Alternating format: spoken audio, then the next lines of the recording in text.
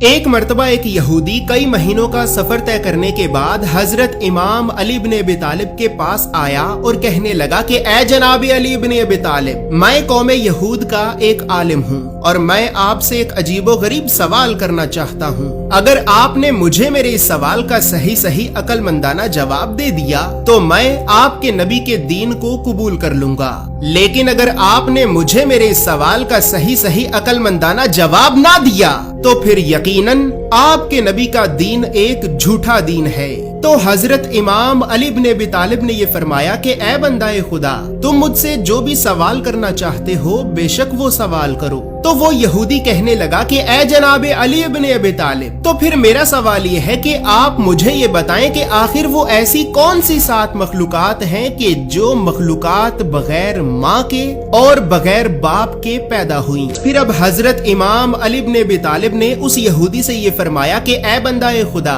तो फिर अब तुम ये बात जान लो कि वो 7 मखलूकात के जो मखलूकात बगैर माँ के और बगैर बाप के पैदा हुई, तो उन 7 मखलूकात में से पहली मखलूक अल्लाह के नबी हजरत आदम अलैहिस्सलाम हैं और आप वो पहली मखलूक हैं कि जिसे अल्लाह ने खनखनाती हुई मिट्टी से पैदा किया था। दोस्तों याद रहे, अल्लाह रब्बुल इज्जत ने आदम अलैहिस्सलाम को मिट्टी से पैदा किया था। तो इस बात का जिक्र कुरान में सूरे अल आराफ की आयत नंबर 12, सूरे अल हिज्र की आयत नंबर 28, सूरे अल इसरा की आयत नंबर 61 और सूरे साद की आयत नंबर 76 में मौजूद है। इसी तरह ए बंदाए खुदा, अब जान लो कि वो दूसरी मखलूक के जो मखलूक बगैर माँ के और बगैर बाप के पैदा हुई, तो वो दूसरी मखलूक आदम की ज़ौजा हजरत बीबी हवा अलैहिस्सलाम है। दोस्तों हजरत बीबी हवा किस तरह से पैदा हुई, तो इस बारे में तो बहुत ही ज्यादा मुख्तलिफ रिवायात मौजूद हैं, जो कि इंशाल्लाह मैं बहुत जल्द आपको आदम सीरीज में ही बताऊंगा।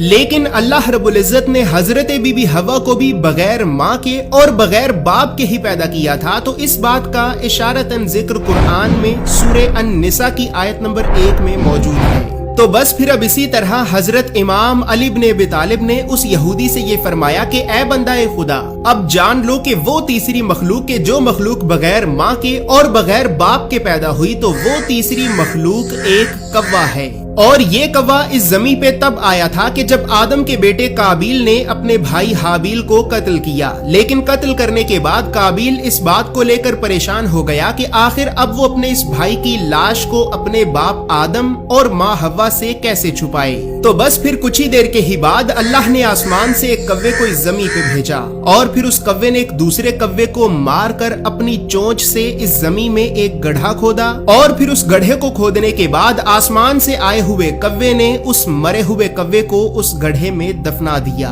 बस जैसे ही काबिल ने इस कव्वे को देखा कि इस कव्वे ने तो दूसरे मरे हुए कव्वे को जमीन में गड्ढा खोदकर जमीन में ही दफना दिया है, तो फिर काबिल ने भी अपने भाई हाबिल की लाश को छुपाने के लिए बिल्कुल उसी कव्वे की तरह ही जमीन में एक गड्ढा खोदा और फिर जमीन में गड्ढा खोदने के बाद काबिल ने भी अपने भाई हाबिल की लाश को उस गड्ढे में दफना दिया। और ए बंदाए खुदा, अल्लाह ने ये जो कव्वा आसमान से इस जमीन पे भेजा था, तो ये कव्वा भी वो मखलूक है कि जो मखलूक बगैर माँ के और बगैर बाप के पैदा हुई। याद रहे कि इस कव्वे का जिक्र कुरान में सूरे अल माइदा की आयत नंबर 31 में मौजूद है। बस फिर ए बंदाए खुदा, अब जान लो कि वो चौथी मखलूक के जो मखलूक बगैर माँ के और बगैर बाप के पैदा हुई, तो वो मखलूक अल्लाह के नबी हजरत मूसा अलैहिस्सलाम का असा था। और ये असा एक ऐसा असा था कि जिस असा को आप इस जमीन पर फेंकते तो ये असा एक सांप बन जाता।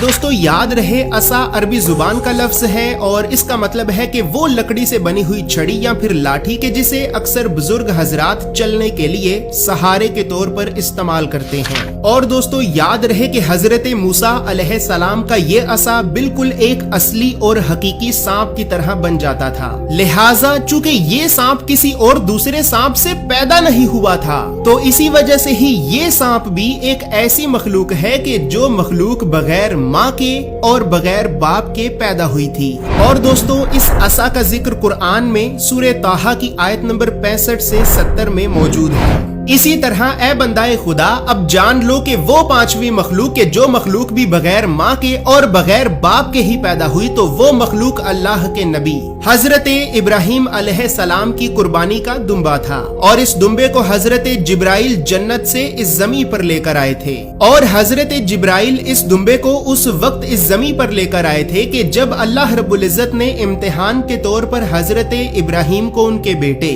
حضرت اسماعیل کی قربانی کرنے کا حکم دیا تھا۔ دوستو حضرت ابراہیم کے اس دمبے کا ذکر قرآن میں اشارتاً سورہ الصافات کی آیت نمبر 107 میں موجود ہے، جبکہ موجودہ دور کی انجیل یعنی بائبل کے مطابق بائبل کے بالکل شروع میں ہی بک آف جینیسس اردو میں پیدائش کی کتاب کے باب نمبر 22 کی آیت نمبر 13 میں بھی موجود ہے۔ بس پھر اے بندائے خدا اب جان لو کہ وہ چھٹی مخلوق کہ جو مخلوق بھی بغیر ماں کے اور بغیر باپ کے پیدا ہوئی تو وہ مخلوق اللہ کے نبی حضرت صالح علیہ السلام کی اونٹنی تھی، اور اس اونٹنی کو اللہ نے قوم سمود کے لیے معجزہ کے طور پر پہاڑ سے پیدا کیا تھا۔ دوستو اس اونٹنی کا ذکر قرآن میں کئی جگہوں پر موجود ہے، جیسے کہ سورہ الاعراف کی آیت نمبر 73 سے 79، سورہ ہود کی آیت نمبر 61 سے 68، سورہ الشورى کی آیت نمبر 141 سے 158، اور اسی طرح اس واقعہ کا ذکر سورہ القمر کی آیت نمبر 23 سے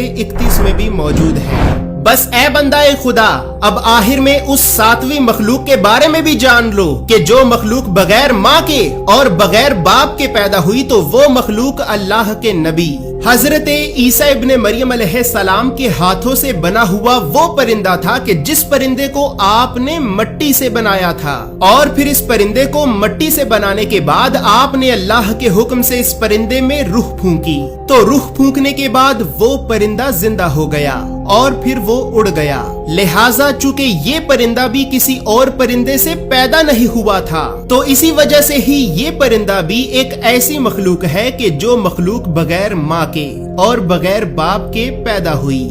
دوستو یاد رہے حضرت عیسیٰ ابن مریم علیہ السلام مٹی سے پرندے بناتے تھے، اور پھر آپ ان مٹی سے بنے ہوئے پرندوں میں جب روح پھونکتے تو وہ پرندے زندہ ہو جاتے تھے۔ تو اس بات کا ذکر قرآن میں دو جگہوں پر سورہ آل عمران کی آیت نمبر 49 اور سورہ المائدہ کی آیت نمبر 110 میں واضح طور پر موجود ہے۔